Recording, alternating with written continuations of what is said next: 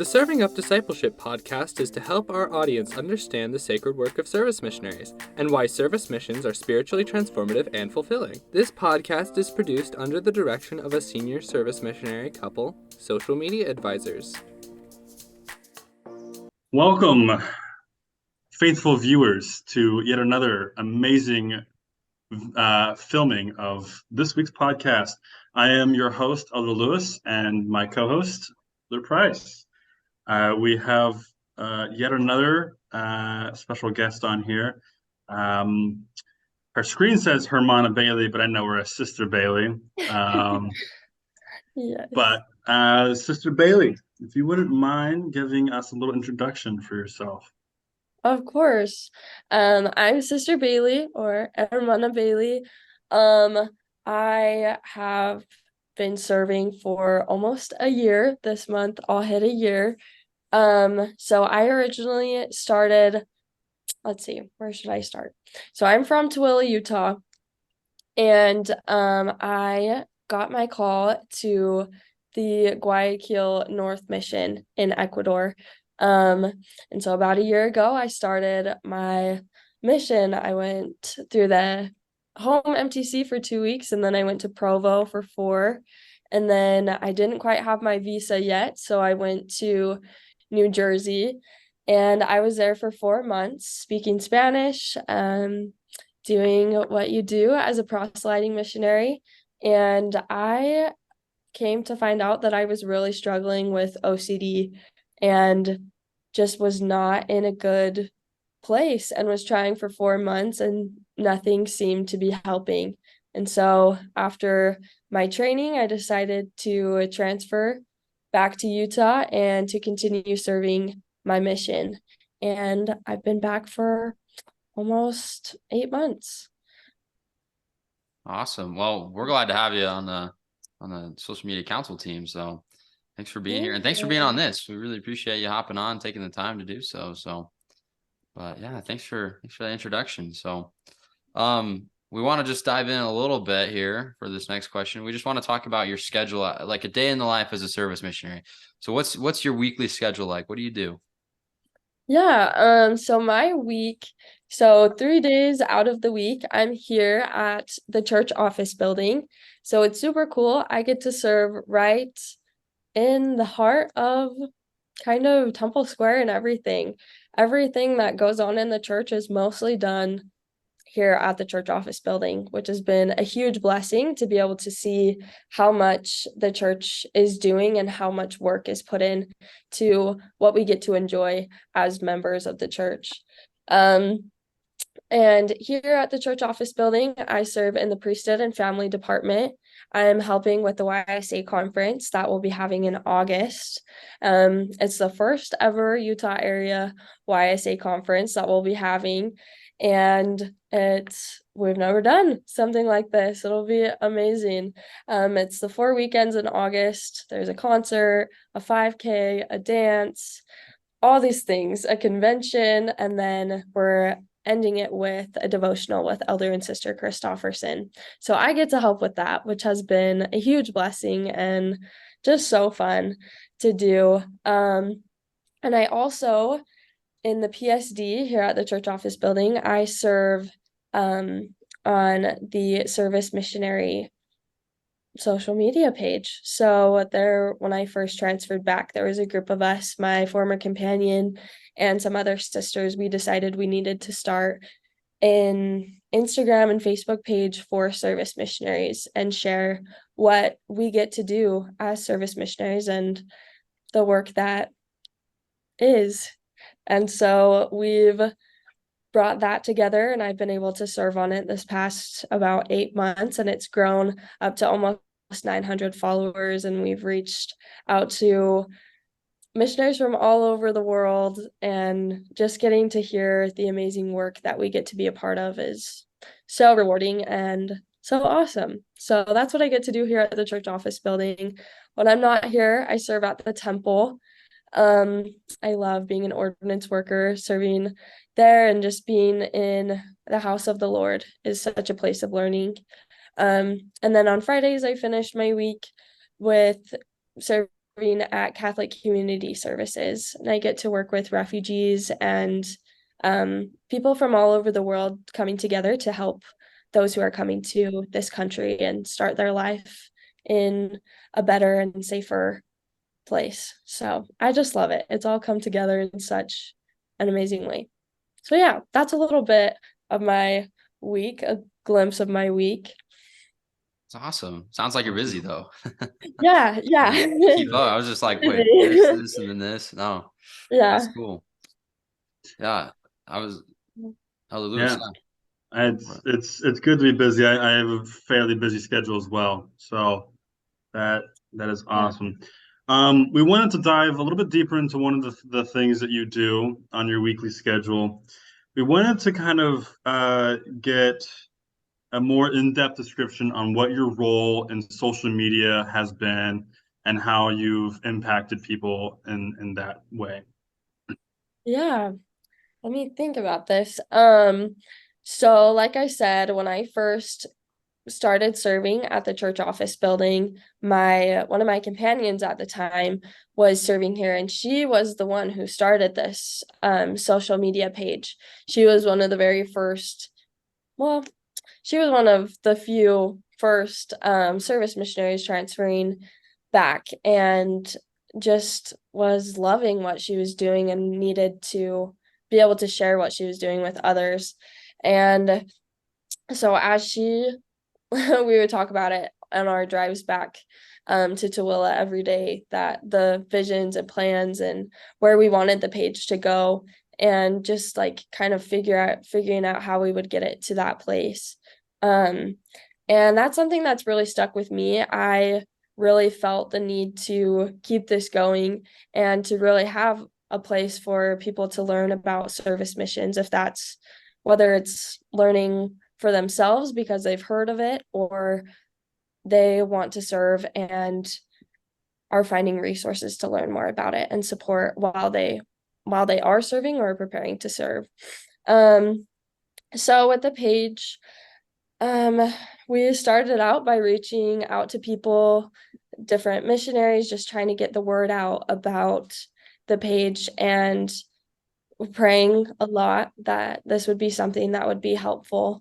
And not too long after that, we had missionaries from around the world reaching out to the page. So many have reached out and have just thanked us for having this resource, something for them to go to and to find support, especially in countries where they're living, where service missionaries aren't as supported and aren't as well known and almost looked down upon in a way. For example, a sister who I know in South America, she reached out to the page and we've become good friends. We talk quite often, and she would tell me how thankful she is for the page and how it's helped her to want to keep being a service missionary and to build the service missionary program in Mexico where she lives. And so it's been really, really cool to see where it's come from. We've also received lots of new missionaries into the church office building from the page that we first connected with through the page. So it's really cool just to see how the work has grown through just being willing to serve and finding opportunities to do so. Definitely. Yeah. That's really cool. I was gonna mention a little bit about because I've seen some of you guys' posts on that. It's called Service Missionaries, correct? It's just Service Missionaries on both Facebook and Instagram. But some of the things you guys do is like you go and you reach out to some of the missionaries and get them to introduce themselves and their work and their schedules, and so that's kind of neat. And you even go international. You're talking about South America, right? And I've seen some in different languages even. Like that's awesome that you guys do that. Yeah, it's been cool. Throughout my mission, I've been able to use Spanish. I was called as a Spanish-speaking missionary, and of course, the Lord has provided me opportunities to do so, and the page being one of them, being able to connect with lots of missionaries in South America and create content for them as well, something that's comfortable and familiar to them. And yeah, just hearing how rapidly the work and the service is growing in different countries has been amazing. We've talked to missionaries in the Philippines, in New Zealand, in Australia, France, Italy. Yeah, those are just some of the ones off the top of my head, but just really cool to connect and to come together as missionaries and servants of the Lord has been one of the biggest blessings. That's amazing. Ella Lewis, we got to start getting her contacts or something, and internationally. I don't know. Yeah. We gotta get you on here to translate though, but I can only do Spanish and English, but yeah, that's all right. That's all right. That'll work. But no, that's really cool. A lot of opportunities there. Yeah. I think it's time. I for think the prize. it is. And we made reference to this last podcast. Thank you. Wow. Last episode. So Sister Bailey, every podcast we have the question of the week, and we kind of came up with this one last week, and so we put a little tidbit in last foreshadowing. podcast, little foreshadowing, and okay. And Elder Price is going to go ahead and ask that question of the week, and it's interesting that it is the question of the week. So take it away. Yeah, we'll explain why in a second, because this was kind of a miracle how it all worked out. So I'll ask it, then we'll explain why it's a miracle, and then we'll answer. I think is probably the best. So the question of the week today, we're going to be talking about what is integration, and the reason why that's so cool is because last week we didn't know who we were going to interview. We kind of had you, like, we were like, oh, maybe Sister Bailey, we can get her on here. But we already had that question in mind. And then you came on the council today. And we're talking about how you had the interview and you were making a video about integration, weren't you? Yeah. Yeah. Wonderful how the Lord works, right? He just work. It's crazy. He provides. Exactly. So the perfect person to answer this would be Sister Bailey. So go for it, Sister Bailey. Here I am. Okay, so about integration. So I first transferred back the end of November, and my mission, so the Utah Salt Lake City West mission, integrated in February. So I had a couple months. I went from being a full-time proselyting missionary to coming back, transferring back, adjusting to a service mission, and then having this option of integration as well. So I've been able to see pretty much all sides of missionary work, and it's been really, really cool, and the Lord has helped me see the need for all of us to come together as his missionaries. And so just really, this is a cool question for me to be able to answer. So kind of backtracking a little bit. So in the MTC, I was an STL, which is a sister training leader. So I had my companion and we had the sisters in our kind of zone in the MTC that we were over.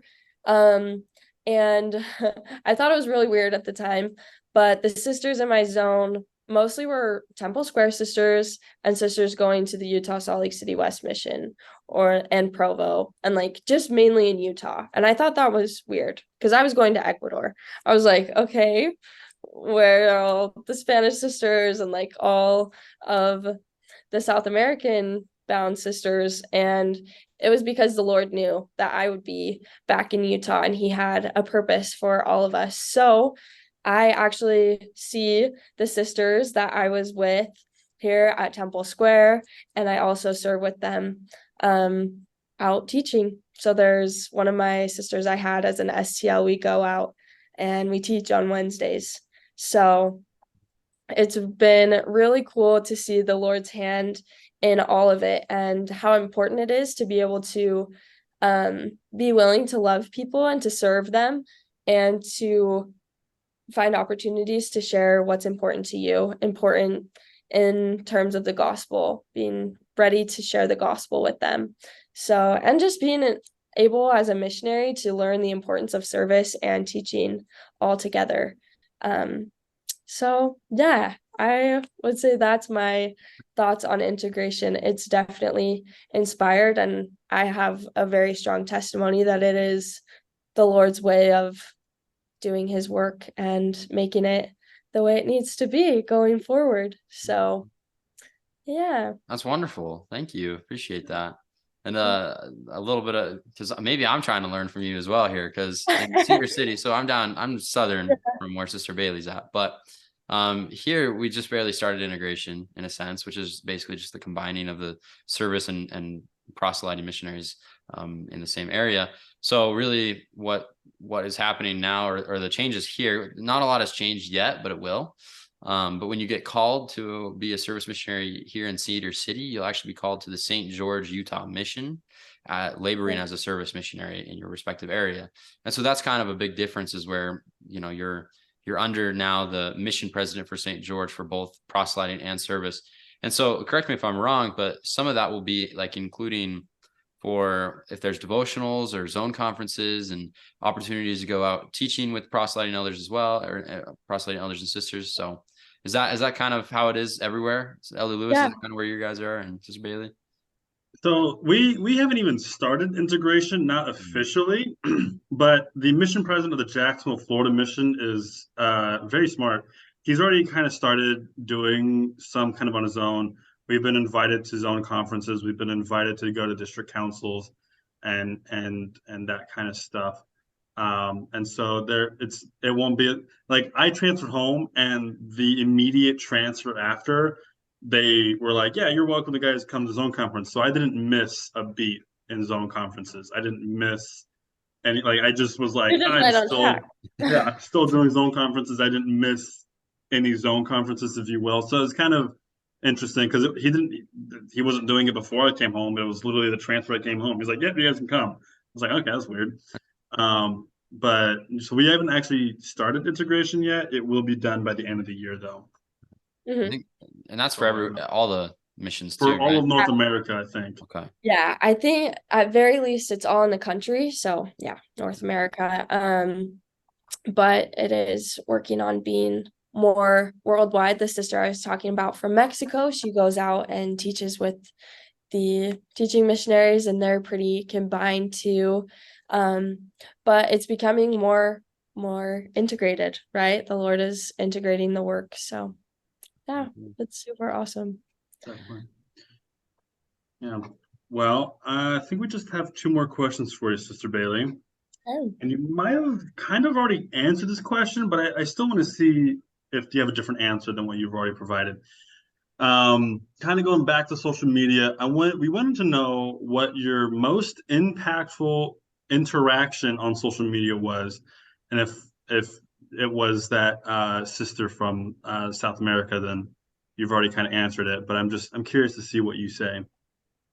Yeah, I've kind of touched on them already, but I'm trying to think. Just lots of opportunities have come through the page. It's been so important to have the sisters that I serve with me, and just being able to come together on this project has been really helpful and impactful in my mission. But another one, just always opportunities. There was a sister who reached out through, like, because she saw that I was friends with the other sisters on the page, and she reached out to me about how she could serve, and she was just recently a convert to the church, and she asked me about ways that she could serve and how she could keep growing and growing her testimony and things like that. And I've been able to talk to her. She's had quite a few struggles with her faith and since, but it's been good. I've been able to talk to her and another sister that helps me, Sister Smart, who's also on the council. We've also been able to talk to her, and just it's helped me to learn to be an open space for people and to be available to help them and care for them in all the ways that we can and need. So I hope that answers your question. It's just amazing to connect with people through social media. So it's a wonderful gift that we've been given, to have social media and have technology that we can connect with people from, not only from a city over, but from across the globe, that we can connect and we can communicate and we can come closer together in this way. And it's from teaching the gospel side, it's accelerated being able to teach the gospel tenfold. From just becoming more Christ-like, it's accelerated being able to connect and become closer and more unified as a church. Yeah. And so I love that you're able to do so much on social media and that you're able to interact with people not only from America, but from other countries as well. So you're an inspiration to all of us, Sister Bailey. Oh. Sometimes I'm like, is this really my life? But it is. It's amazing. There's a lot of good work that comes from it too. I mean, yeah, you can reach so many people, especially with the second language there, Spanish. I mean, I don't know if I should say this, but I did speak a little Spanish, but not good enough. So I'm gonna have to. You still have to translate for us on these next podcast episodes when we bring That's on. okay. I'm That's just okay. kidding. That's okay.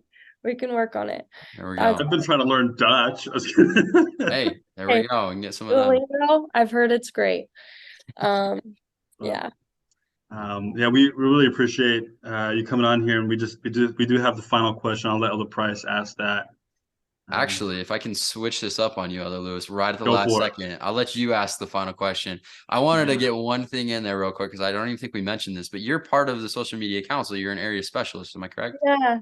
Yeah. Yes. So I wanted to ask how is like what is your role as an area specialist? I don't think we've ever interviewed somebody about them being an area specialist and their role as being that. So could you kind of explain that? Yeah, I feel bad if the Rays are probably like ready for a direct answer, but I feel like my role as an area specialist really is just looking out for service missionaries in my area and connecting them to the places that they need to serve and really just like sharing their stories of their service. For example, I have a new sister who just started today. She just started her mission today. And then another elder who are both very interested in serving on social media. And so I get to be the one to kind of direct them to the service missionary page and also to the council and show them kind of the ropes of this way to serve and the opportunities we have as service missionaries to serve on this council and social media platforms. So That was wonderful. Thank you for that answer. you're welcome. Man, you out here getting missionaries fresh off the boat, so to speak. I know. I was like, Cool. I literally was like, what is my life? It's the Lord, you guys. It is the Lord. Just like you provided this episode. I know. Integration. I know. Well, I think the final question we have, unless Elder Price wants to throw more curveballs at me. I'm done. I promise. That's all I've got. We appreciate you for coming on, though. We really do. Yeah, of course. definitely. Thank you for having me. I was like, oh man, here we go. I'm gonna do my interview today. Amazing. Throw you in here. I'm very thankful to be able to share about my mission on here. Thank you for having me. The final question we have for you, and I did mention this to you already, Sister Bailey, but we just wanted to hear what your testimony about service missions are, and you might even throw in there how you've grown or how you've seen yourself grown as a result. Oh, of course. Such a loaded question, but here we go. So as I get closer to my time ending as a missionary, I have thought a lot about my mission and how it's all come together. And I really can testify that the Lord does know each and every one of us. And when we put our effort into serving Him, He makes up all the difference. He is the difference in everything we try to do.